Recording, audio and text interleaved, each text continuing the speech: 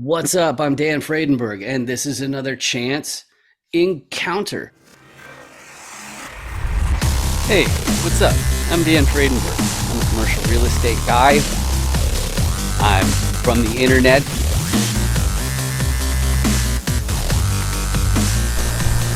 We're seeing more properties like this being built in front of a house that's going to be torn down soon. I understand that there are power lines that are getting kind of close. What's up again? This is Dan Fredenberg, and that there is a commercial real estate building.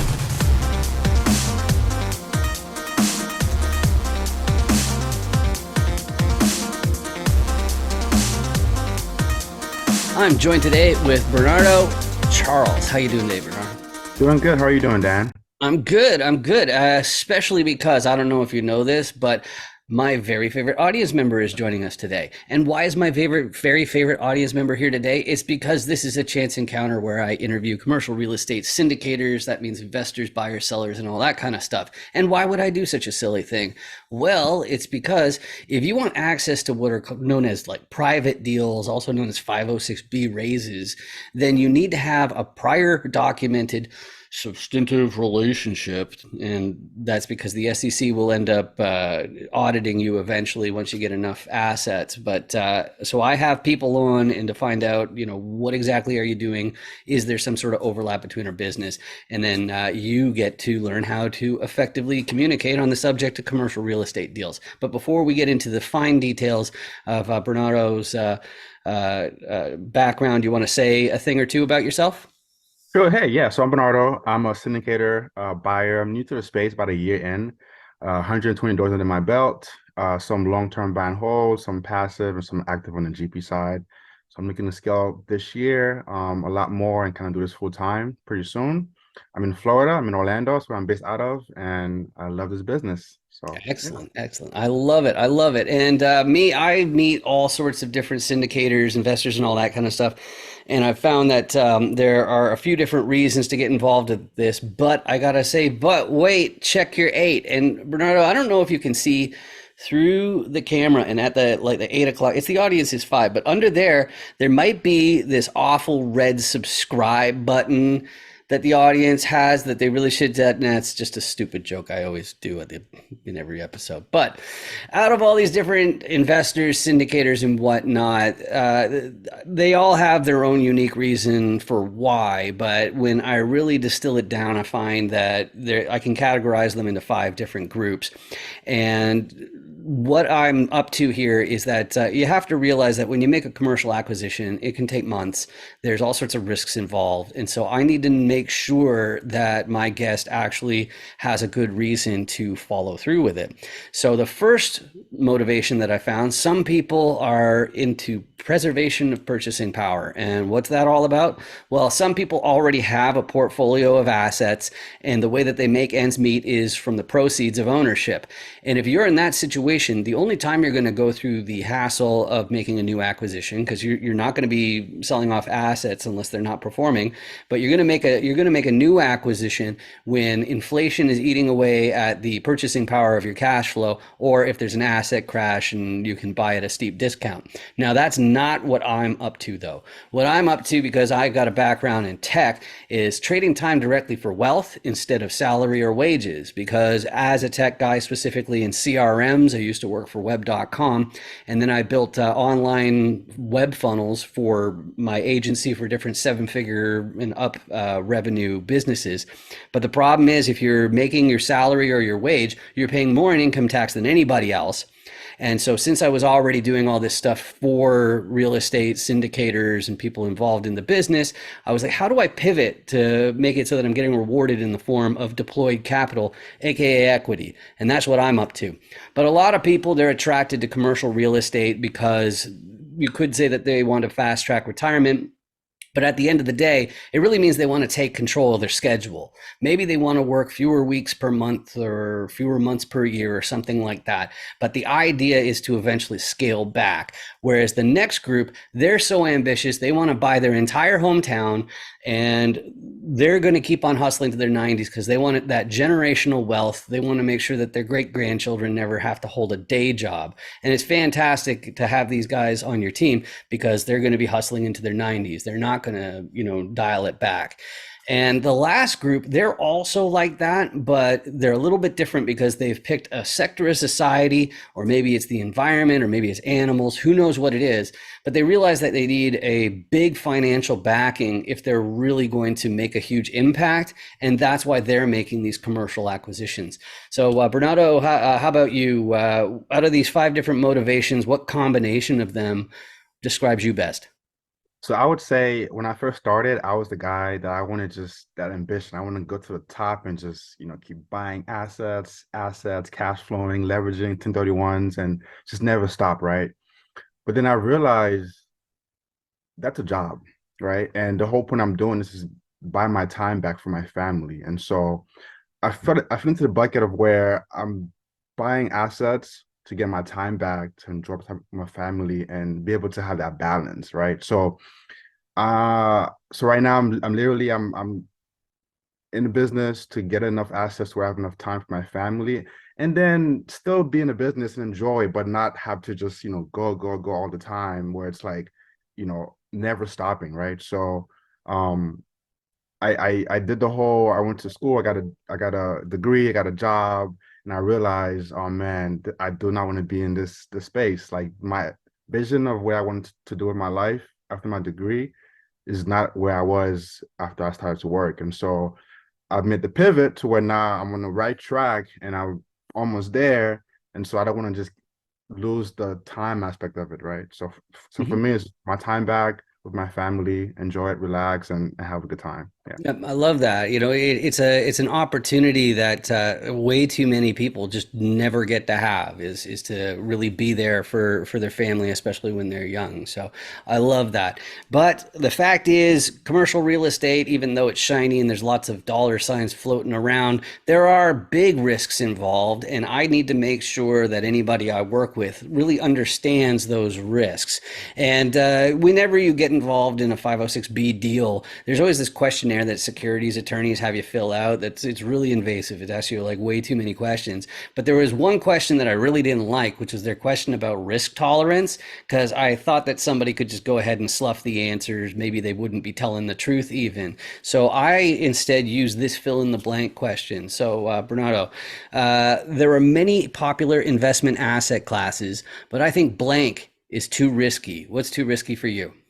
So for me, it's retail. I don't know why, but when I first started, I said, you know what, I'm not touching retail. And the reason why is because, in my opinion, when the market shifts or it tanks, oftentimes retail is what goes first, right? And so the caveat to that is if it's a mixed use, I would approach it to where, it's a retail and multifamily combined. But I have had the opportunity to do retail, but especially during COVID, no one could have imagined COVID being a thing, right? So imagine everyone having to stay home and not being able to pay the rent at the offices or coffee shops or whatnot. So retail, I stay away from. I stick with my multifamily, maybe self-storage, and mixed use is kind of like my Mhm. ballpark of where I play. So yeah. Yeah, I love that. That mixed use, because there's also some that it's like assisted living is the other part of the mixed use, and there are lots of exciting opportunities. But for our next section, yep, we're gonna get that to tell people to subscribe. That thing just kills me, man, every single time. But back to commercial real estate. The thing that I think is the most popular about these chance encounters is probably the Dan Does Deals Core Competency Cube. And if you want your own copy of it, it's got the 6 different roles in a commercial deal. And the reason why you'd want it is so that you can effectively learn how to communicate on the topic of commercial real estate deals. And in every episode of Chance Encounters, I go through all 6 sides. And if you want your own copy, it's absolutely free. You can go to dandoesdeals.com, you can print it out. And like a dummy, I don't even ask for your email address. And from a marketing perspective, that's a terrible idea. Okay, you should always ask for some sort of contact information in return for your freebie. But I want there to be nothing in the way of you downloading this and testing it out on your friends and family and all that kind of stuff. And as I said, I go through this all 6 sides. And then that way you'll be able to see how my guest fits into these deals. So first things first, the repositioners. Repositioners look at a bunch of different properties because they're acquisitions people. But what are they doing with all this paperwork in the picture here? Well, There's a fancy word for it. It's called underwriting. And that means doing the math, doing the arithmetic, figuring out, first of all, is this property even making the amount of money that the broker or the seller claims it is? Because there's no guarantee of that. You see it quite frequently where people will pad the numbers with 14-month projections instead of 12 and things like that. So the repositioner's job is to cut through all of that. But on top of it, they're called repositioners. A lot of people just call them acquisitions people or investors in general. But I call them repositioners because part of their job is to figure out how to change how the business is run so that there's more upside. And one thing that every repositioner has to do is they have to have investor relations. In other words, they need to know a whole whack of financiers, a bunch of different lenders. And the reason why that's such a key piece is because if you can get a more advantageous loan, that goes straight to the profitability of the property, okay? So they're always going to have a bunch of financiers being people who only deal with paper and money, okay? So they do not do any work. They cannot be GPs. But let's just say that the next step where the repositioner is going to look for that upside is they're going to look at the operations. They're going to stop those Benjamins from going down the toilet there. But of course, there's a lot more than unclogging toilets to operations or mowing lawns and collecting rent. There's also a marketing part, which is one of my fortes. And the value of that is even if you're in the bigger deals like myself, where it's 100 units or more, then if the third party management that you hire to take care of the property, if they're having a vacancy rate problem, then somebody needs to be able to step in and make sure they can get those units filled. And so marketing is the key part about that. The other side for me is the operations, is the automation through the different web assets and things like that. But often operations, it's cutting costs in the efficiencies and all that kind of stuff with operations is not going to be enough upside. After all, commercial real estate is very competitive. So the repositioner will often get a contractor team to do a value add. That means they're doing renovations. They're fixing the units up. And why do they do that? Well, it's so that the next resident will be happy to pay more in rent than the previous one. But of course, it's not that simple. It sounds really simple, but it's not. You can blow all your money on contractors. And so the only thing that you can do, especially if you're like me, see, I have this little thing. I don't know if you know this about me, but I'm from the internet. So that means I need locals. I need boots on the ground. I need somebody who can be there in an hour or two, because that 100% will not be me. I'd still be stuck at the airport in an hour or two. So that's why you got to get those locals, those boots on the ground in your deal. But once you've assembled this team and you turn around to the financier and you say, hey, I got this property in mind and it's 350 units and it's tens of millions of dollars. You don't happen to have, say, I don't know, tens of millions of dollars you want to lend me, do you? And there's going to be a question in the financier's head that I haven't really got to yet, which is, who's the sponsor KP? And if you have gone through some coaching programs, some mentoring, some gurus and stuff like that, you might go, what is this sponsor KP you speak of? Well, it's like this. Even if you have a group of friends, let's say you're a physician, engineer, something like that, if you've got a network of high net worth individuals and you decide to pool your resources to take over a complex, if you want to be eligible for a commercial loan, somebody in the fold has to already own a similar asset, or the bank's just going to say no. So on top of that, though, you also need a certain amount of liquidity. And then among the owners, you need to have a balance sheet of at least the amount of the loan. But if you got all those pieces, you got yourself a commercial real estate deal. So Bernadeau, as far as you go, which sides of the die are you most likely to contribute in your next deal? Yeah, so I am an underwriter. So I am more so in the acquisition side. So I underwrite the different markets and the property itself. So far, my first deal and a deal right now that I'm closing on in May, actually, that's what I've been doing. I look at the market, the rent roll, the T12, all of the data, and just make sure that, there's no fluff in there, right? Like because honestly, like you're buying the T12, right? I'm buying the paper that shows me what's coming in and what's coming out. So I have to verify that with a fine tooth comb before going forward. And then I find the right lenders and the right, property managers and so forth on Mhm. deal. But All yeah. right. Beautiful, beautiful. So then my next question has to do with your ideal property then. So we sometimes call this a buy box, but when investors, syndicators, and whatnot are talking about an ideal property, we're really asking for three things.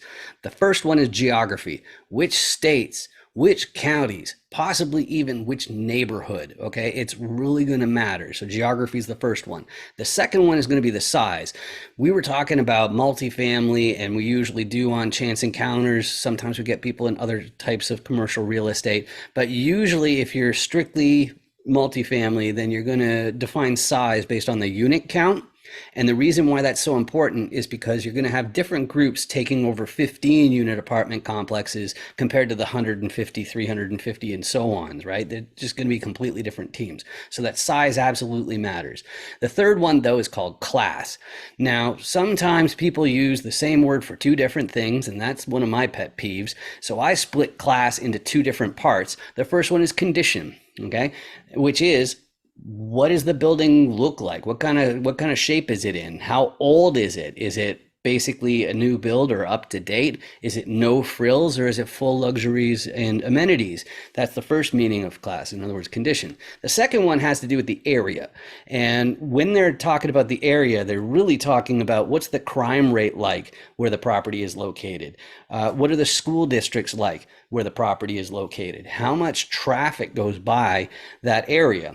And that both of those two versions of class, they're rated the same way as in grade school, where you got A plus at the top, and then A minus, and B plus, and so on. So as far as you go, Bernardo, how about what's easier for you guys to say yes to, and more difficult to say no to? Yeah, so I'm looking at 1980 or newer, and I'm looking at 50 plus units to about 150 around there is my range. And I'm looking at Class C properties, meaning I'm gonna clarify to where it's not anything heavy, right? So cosmetics, flooring, tubs, appliances, right? So I'm not doing any major overhaul. And as far as the area, I'm looking at, looking for a Starbucks or Chick-fil-A around town. So where it's more of a nicer area. So like a Class C and a B minus kind of area is what I look for. And my goal is to kind of go from the C to the B pluses, and kind of stay there going forward. So. Excellent. And so as far as states goes, I don't know if you mentioned that or if I just gapped out. That's on me. Sorry. So states, I'm mainly in Texas right now. So like I'm in Houston area and Dallas. I also live in Florida and the Carolinas. And Mhm. so I'm in the Southeast region and the Sun Belt states mostly. All right, beautiful. So then my next question then has to do with who you're best suited to help. And this is honestly one of my favorite parts of commercial real estate. It's because it's so multifaceted. People are making different teams all the time. They're happy to make referrals, but at the same time, because we have our own unique skill sets, we're better suited to help some people more than others. So sponsors and KPs, I'm always eager to meet because they've got enough of a foundation where a guy like me makes an enormous difference because I'm used to running these businesses with seven figures of revenue and up. And so that's going to be someone who I'm always eager to meet. And then locals are also the big ones that I'm looking to meet. Bernardo, I don't know if you have any 506B raises going on, and you're not allowed to entice investors, whatever that means. I assume that means if you have any donuts, don't wave them in front of the camera, because I know I find donuts extremely enticing. But you can say, you'd like to talk to beginners or, different financiers or something like that, but just don't mention any specific deals because you're getting hot water. But who are you best suited to help? Who can be in the audience who should reach out to you? Yeah, so I can help folks who have deal flow, who have deals and can underwrite or need a sponsor or KP. I have those in my back pocket. So anybody's out there who have, a deal that could be a deal, but not really sure, you need an underwriter, or you have a deal, but you need a KP or sponsor.